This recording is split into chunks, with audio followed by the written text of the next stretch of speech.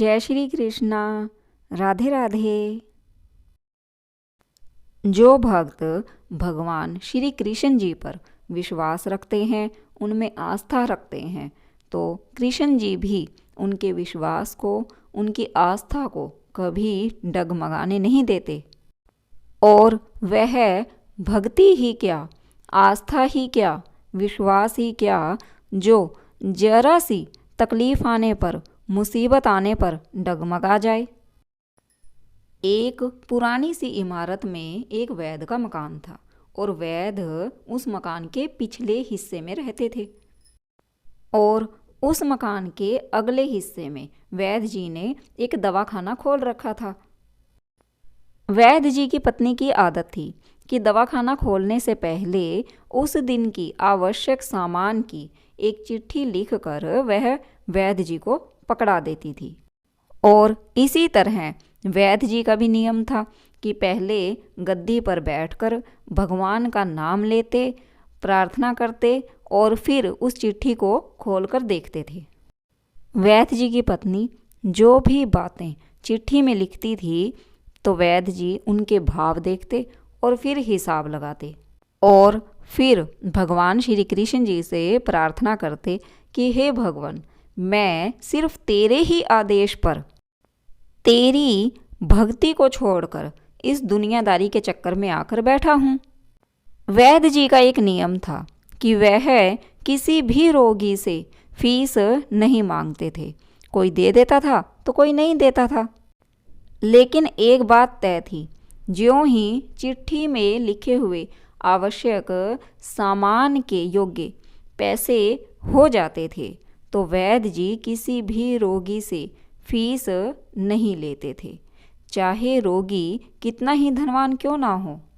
एक दिन वैद्य जी ने दवाखाना खोला, गद्दी पर बैठकर भगवान का स्मरण किया और पैसे का हिसाब लगाने के लिए आवश्यक सामान की चिट्ठी खोली। तो वह चिट्ठी को एकटक देखते ही रह गए। एक बार तो उनका मन भटक गया। वैद्य जी को अपनी आंखों के सामने तारे चमकते हुए नजर आने लगे, लेकिन फिर भी उन्होंने अपनी तंत्रिकाओं पर नियंत्रण कर लिया।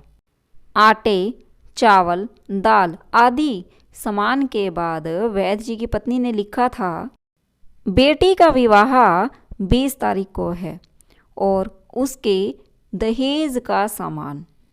वैद्य जी पहले तो कुछ देर सोचते रहे और फिर सभी चीज़ों के भाव उनके सामने लिखकर बाद में दहेज के सामान के सामने लिखा कि यह काम परमात्मा का है, परमात्मा जाने। ऐसा लिखकर वैद्य जी अपने रोज़ाना के कार्य में लग गए। रोगी को देखते और उन्हें दवा देते। एक दो रोगी आ रहे थे, उन्हें दवा दे रहे थे।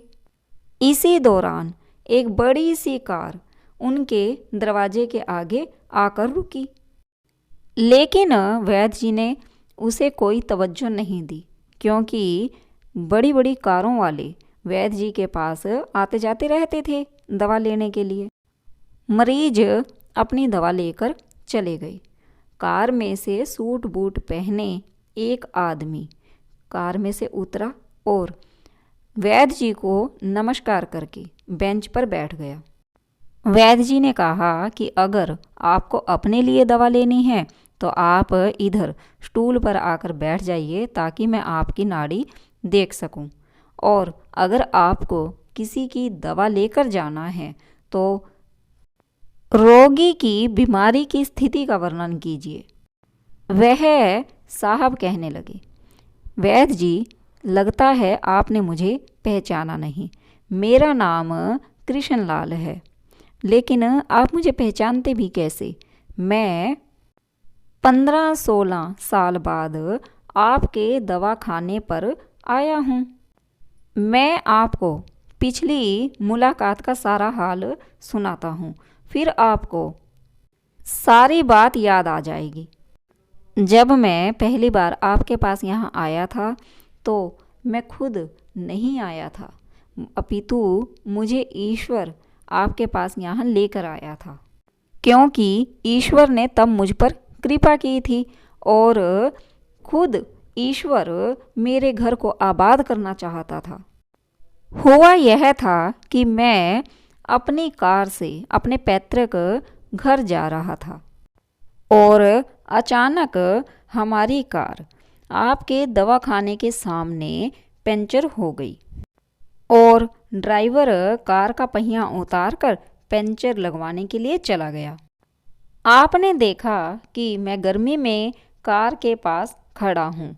आप मेरे पास आए और अपने दवाखाने की ओर इशारा करते हुए आपने कहा कि आप इधर आकर कुर्सी पर बैठ जाइए।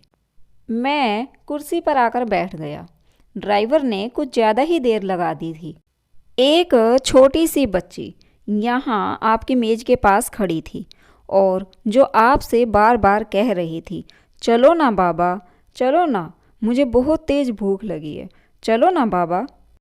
आपने उस बच्ची से कहा कि धीरज धरो बेटा, अभी चलते हैं। मैं यह सोचकर कि काफ़ी देर से मैं यहाँ पर बैठा हूँ और आप मेरे ही कारण खाना खाने भी नहीं जा रहे हैं, मुझे कोई दवाई खरीद लेनी चाहिए ताकि आप मेरे बैठने का भार महसूस ना करें। मैंने आपसे कहा कि वैद्य जी, मैं पिछले 5-6 सालों से इंग्लैंड में रहकर वहाँ कारोबार कर रहा हूँ। इंग्लैंड जाने से पहले मेरी शादी हो गई थी, लेकिन अब तक मैं संतान के सुख से वंचित हूँ। यहाँ भी इलाज करवाया और वहाँ इंग्लैंड में भी इलाज करवाया, लेकिन किस्मत ने निराशा के सिवा कुछ नहीं दिया। लेकिन आपने कहा था, मेरे भाई, भगवान से निराश मत हो। याद रखो, उसके कोष में किसी चीज़ की कोई कमी नहीं है। आस, औलाद, धन, इज्जत, सुख दुख, जीवन मृत्यु, सब कुछ उसी के हाथ में है। यह किसी भी वैद्य या डॉक्टर के हाथ में नहीं होता और ना ही किसी दवा में होता है। जो कुछ होना होता है वह सब भगवान के आदेश से होता है। अगर औलाद देनी है तो उसी ने देनी है। मुझे आज भी अच्छी तरह से याद है कि आप बातें करते जा रहे थे और साथ ही साथ पुड़िया भी बनाते जा रहे थे।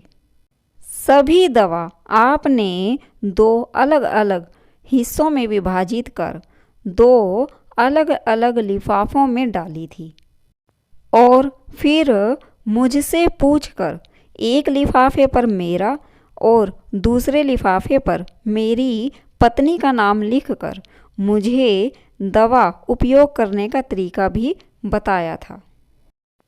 तब मैंने वो दवाई बेदिली से ले ली, क्योंकि तब मैं सिर्फ आपको कुछ पैसे देना चाहता था। दवा लेने के बाद मैंने आपसे पैसे पूछे तो आपने कहा था, बस ठीक है। मैंने जोर डाला तो आपने कहा कि आज का खाता बंद हो गया है।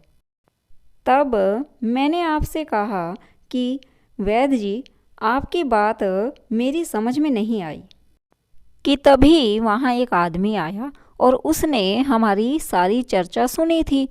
तो उसने मुझे बताया कि खाता बंद होने का मतलब यह है कि आज के घरेलू खर्चे के लिए जितनी राशि वैद्य जी ने भगवान जी से मांगी थी वह ईश्वर ने उन्हें दे दी है। अधिक पैसे वह नहीं ले सकते। मैं कुछ हैरान था और दिल में कुछ लज्जित भी, यह सोचकर कि मेरे विचार कितने निमन हैं और यह सरल चित्त वैद्य महान है। मैंने घर जाकर अपनी पत्नी को औषधि दिखाई और सारी बात बताई तो उसके मुंह से निकला कि वह कोई इंसान नहीं, वह देवता है और उसकी दी हुई दवा ही हमारे मन की मुराद पूरी करने का कारण बनेगी। आज हमारे घर में 2 फूल खिले हुए हैं और मैं और मेरी पत्नी, हम आज भी आपके लिए हर रोज़ प्रार्थना करते हैं। इतने साल से कारोबार ने कभी फुर्सत ही नहीं दी कि स्वयं आकर आपसे धन्यवाद के 2 शब्द कह जाता। आज इतने सालों के बाद भारत आया हूँ और कार सीधी यहीं आकर रोकी है। वैद्य जी, हमारा सारा परिवार इंग्लैंड में सेटल हो चुका है। केवल मेरी एक विधवा बहन अपनी बेटी के साथ भारत में रहती है और उसी मेरी भांजी की शादी इसी महीने की 21 तारीख को होनी है। ना जाने क्यों जब जब मैं अपनी भांजी के भात के लिए कोई भी सामान खरीदता था तो आपकी वही छोटी सी बेटी मेरी आँखों के सामने आ जाती थी और हर सामान मैं दोहरा खरीद लेता था। मैं आपके विचारों को जानता था कि आप वह सामान ना लें, लेकिन मुझे ऐसा लगता था कि मेरी सगी भांजी के साथ साथ मुझे जो चेहरा बार बार दिखाई दे रहा है वह भी मेरी भांजी ही है। और मुझे ऐसा लगता था कि मुझे ईश्वर ने मेरी इस भांजी के विवाह का भात भरने की जिम्मेदारी दी है। ऐसा सुनकर वैद्य जी की आंखें आश्चर्य से खुली की खुली रह गई और बहुत ही धीमी सी आवाज़ में बोले, कृष्णलाल जी, आप जो कह रहे हैं वह सब मेरी समझ में नहीं आ रहा है कि ईश्वर की यह कैसी माया है। आप मेरी श्रीमती के हाथ की लिखी हुई यह चिट्ठी देखिए। ऐसा कहकर वैद्य जी ने चिट्ठी खोलकर कृष्णलाल जी के हाथ में पकड़ा दी। वहाँ उपस्थित सभी यह देखकर हैरान रह गए कि दहेज के सामान के सामने लिखा था कि यह काम परमात्मा का है और परमात्मा जाने।